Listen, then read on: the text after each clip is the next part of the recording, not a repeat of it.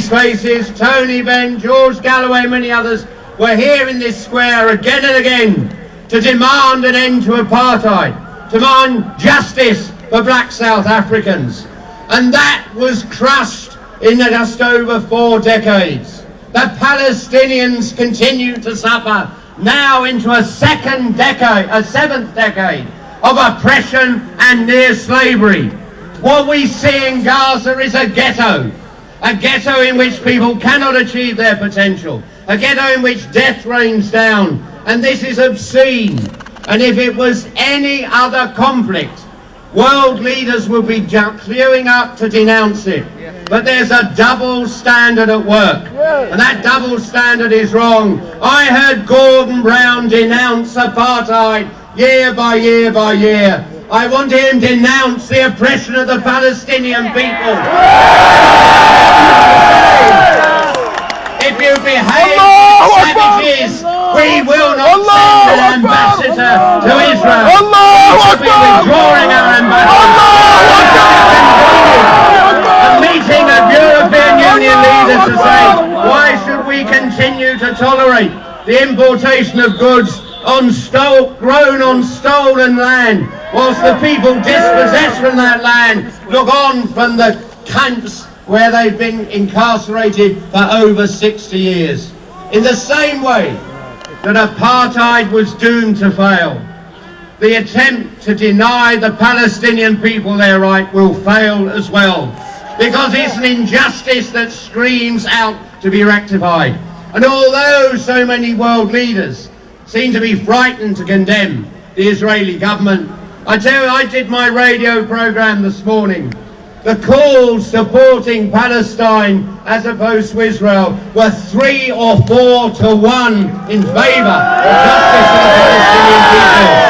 Here in this square, that is London's principal square, know this, that Londoners by a vast majority want to see an end to the oppression of the Palestinian people. They want to see justice for Palestine. This city recognises that, and I think we need to say absolutely and clearly, we will not tolerate year by year of this oppression continuing. Don't complain when young men launch a rocket, when that's all you've left them the right to do.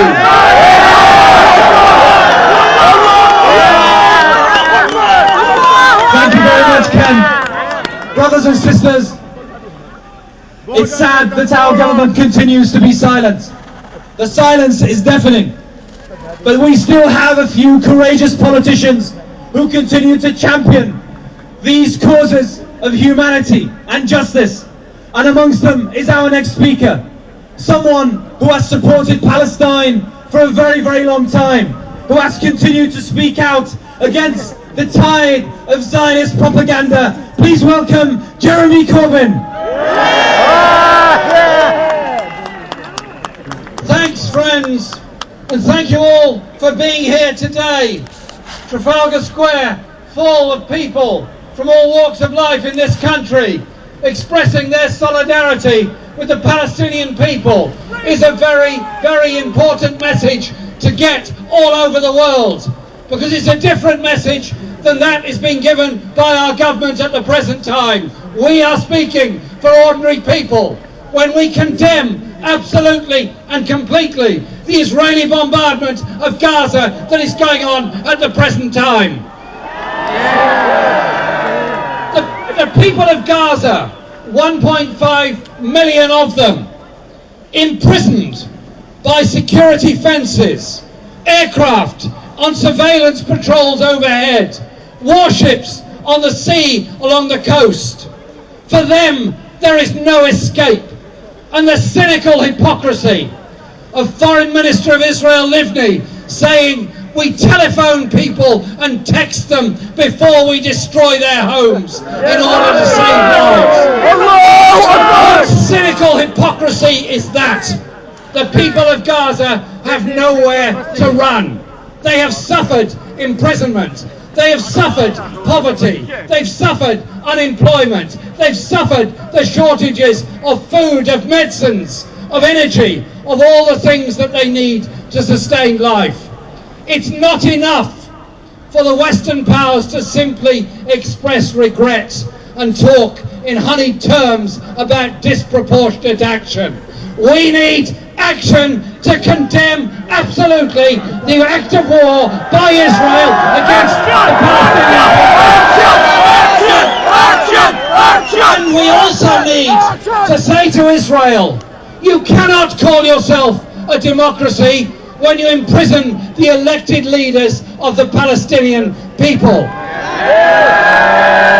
And when you signed that special trade agreement between Israel and the European Union, that had within it a human rights clause. You have broken that human rights clause. End the trade with Israel. Stop the arms supplies. Break with the war on terror. End this mad foreign policy that imprisons and kills the people of Palestine. Full support for the Palestinian people. Thank you.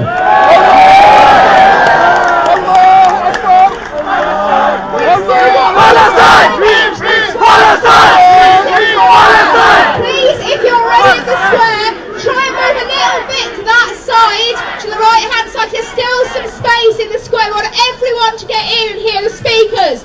And remember, this is just one protest that's taking place across the country and across the world. We've got demonstrations taking place all the way from Glasgow and Edinburgh to Tunbridge Wells. We've got people out on the streets across the country, across the world, calling for an end to Israel's bombing, for an end to the siege on Gaza.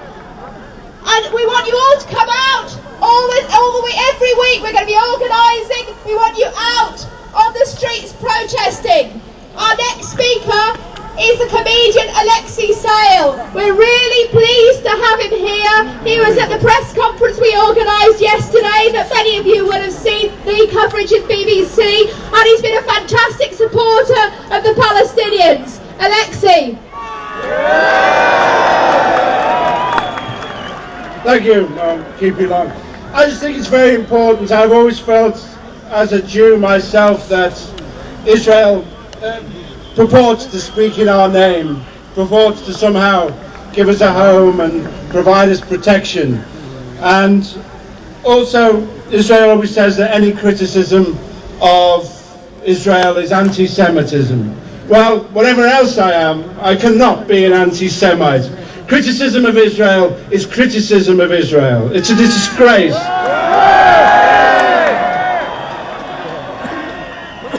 I want to one day be proud of my country. Of that country. I want to be proud one day of my people. At the moment I am ashamed.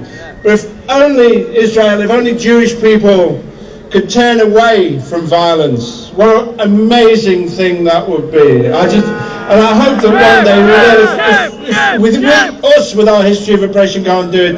Who can? I just think I'm so ashamed at the moment. Israel does not act in my name. The only time it will act in my name is when it brings peace to the Middle East. Thank you.